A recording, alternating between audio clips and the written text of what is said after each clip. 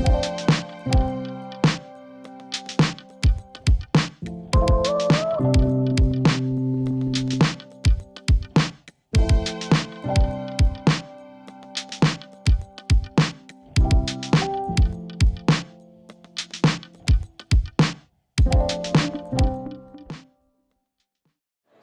welcome to another episode of Insights from NetSupport with me, Mark Anderson, Head of Education at NetSupport. You can follow us on Twitter at NetSupport Group, and please do subscribe to our YouTube channel, youtube.com/NetSupport. I am delighted to bring onto the conversation today here live from the Bett Arena, the one and only author of the digital ecosystem, Philippa Wraithmell. Hi Philippa, how are you doing? I'm good, thank you. Good. Pleased to have you here. Now, Philippa, she hails locally. I say not that local to London. She's from Nottinghamshire, but you've come quite a long way to join us here at Bett, haven't you? Where have you come from, Philippa? I have come from Abu Dhabi. That's where I live, and I quite frequently also work in Dubai and the Middle East. Fantastic. So, your experience as a teacher started here in the UK. But then you moved abroad, you've worked in schools, you've worked with sort of Middle Eastern governments and back in schools again now, doing so many different things. Can you share a little bit, I've done a bit there, haven't I, right? But can you share a little bit about your work, some of your experiences and sort of your thoughts around teaching and learning with technology? Yeah, so as you've said, Mark, I've had quite an array of different, insights into different education systems. So I started in terms of middle leadership and design technology here in STEAM learning, and then flew to the Middle East and started to look at education technology and how to roll out one-to-one devices. And I've done that for the past 7 years through a range of different things. And I really have to sort of say that the biggest drivers of that are having really understanding leadership teams who know what they want and the why behind what they want. And then in the classroom is the teachers feeling that they've got autonomy to say, this is working for my students or this isn't.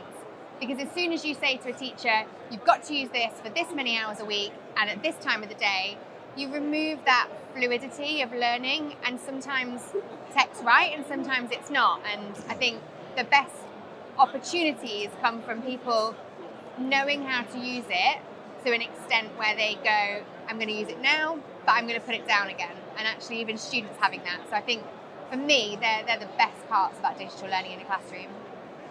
Brilliant stuff. Well, you and I come from the same sort of thinking around teaching and learning with technology.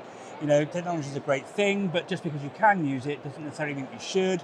And then there's a wrapper of support around it, so teachers have that confidence and competence and keeping it all about how it's going to impact on either their teaching and learning, or their teaching and students learning, or reducing workload, those sort of key areas.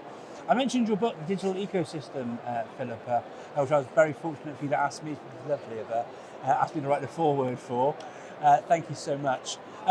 Could you share a little bit about what it's about? I mean, I think it's quite a Ronseal kind of title, the digital ecosystem.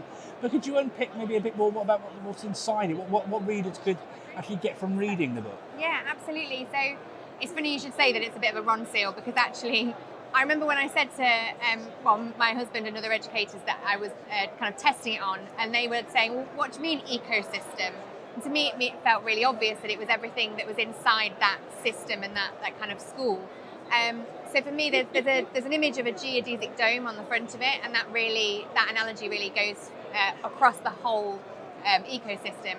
So the scaffolding is all about the infrastructure and the network and the systems and what's in place, the governance, and then you've got the glass. So imagine like the Eden Project geodesic domes. Is your safeguarding, and it allows people to see in and out, and you get the protection for students. So the book talks about infrastructure networks, but then it talks about governance, and it talks about safeguarding and what needs to be in place digitally, which quite often I've found is left out or is left to the last bit, which really it shouldn't be. And then inside you've got all these different plants and animals growing at different rates, just like our schools. And that's where you use technology in a really meaningful, pedagogy-driven way to be able to support them. And so this digital ecosystem is an analogy for a normal ecosystem or an environmental ecosystem, where all the layers are supported, but they don't work without one another. So if your frame is broken, it needs fixing. And if your safeguarding is broken or the glass is shattered, it needs repairing, it needs updating, it needs support. And so ultimately, everything needs nurturing and consistently iterating for it to be really useful and sustainable. And so that's what the book talks about, is how to do that, how to implement it, and how to construct a school digital plan that is sustainable and pedagogy driven. There you go. So if you want to learn more, and that sounds something you'd be interested in, then please do check out Philippa's book. So that book's been out for a little while now. What are you up to these days? So I've just launched my own consultancy called Edruption, which is about empowering change in education. And we're looking to do lots of outreach projects to do with digital literacy and safeguarding for parents as well as students. Also doing strategies in schools and doing some mentoring with new digital leaders. And thanks to the DFE framework that's come out about needing to have someone on SLT, which is very exciting for so many people. I know there's lots of digital leads who'll be so pleased. Just to be able to help support strategies that are in place, especially for those schools that don't necessarily have the budget in place for them. Yeah, and it's so important, and it's been very difficult for many people over the years. You know, when those sorts of roles have been given to sort of teachers or middle leaders, but that then doesn't give you the agency to actually bring back that important change. Absolutely, and I think that's the thing that I've always found really hard, and I know I don't think I've ever spoken to a digital leader who didn't feel the same, is that they do so much work and so much good work, but it's never backed up by the support fully of the leadership teams, and you have to get a really good leadership team who understands it to give that support to a middle leader or just a teacher. And so that autonomy is going to really drive change, I think. Brilliant stuff. Thank you, Philippa. I completely agree. And I'm really excited to see that and other recent updates on the standards. It's insights. So while I've got you, I'll try and pull on those threads. So you're an ECT. You're thinking, well, these careers these people are having. I love technology. I'd love to be able to get involved and all those sort of things. If you've got an ECT viewing now, and I think they're thinking, right, well, I'd like to become an ADE or an APLS, or let's be better Apple. I'd like to be a Google certified innovator or a Microsoft Innovator expert, and help and support and improve digital in my school. What advice would you give to a younger teacher looking to get involved in digital teaching and learning within their environments? What can they do to help affect change from the grassroots up, do you think?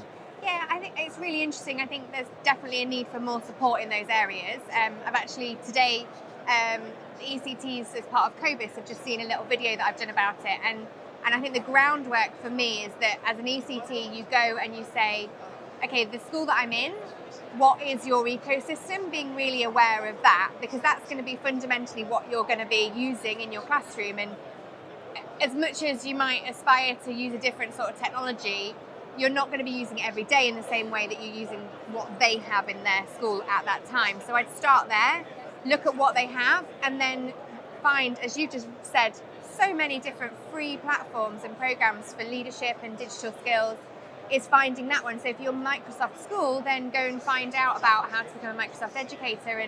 And the more you do and the more you use it, and I think use it is the bit that's really key, the more you'll understand it, you'll be able to drive it into what you're doing in terms of lessons, you'll find insights into what students are actually learning, and that'll really help you to understand your teaching practice as well.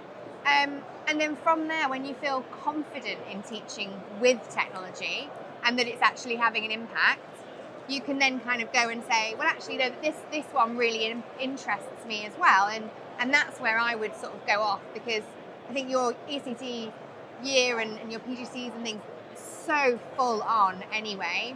You don't want to layer up too many things. And so as much as it'd be nice to just run and do all of them, I think maybe keeping to one is quite a good plan. That's it, yeah. Spinning lots and lots of places is far more difficult than spinning just a few. But great advice and insights and things there from Philippa. If people want to follow Philippa, they can do so. She's at Mrs. Wraithmell, Wraithmell. See, look at that. Very good. Top marks for spelling on Twitter. And Philippa Wraithmell on all other platforms. Please do give a virtual big round of applause and thank you to Philippa, and look forward to seeing you on the next episode of Insights. Thank you for joining me for this chat. Thank you for having me. Cheers, you're very welcome.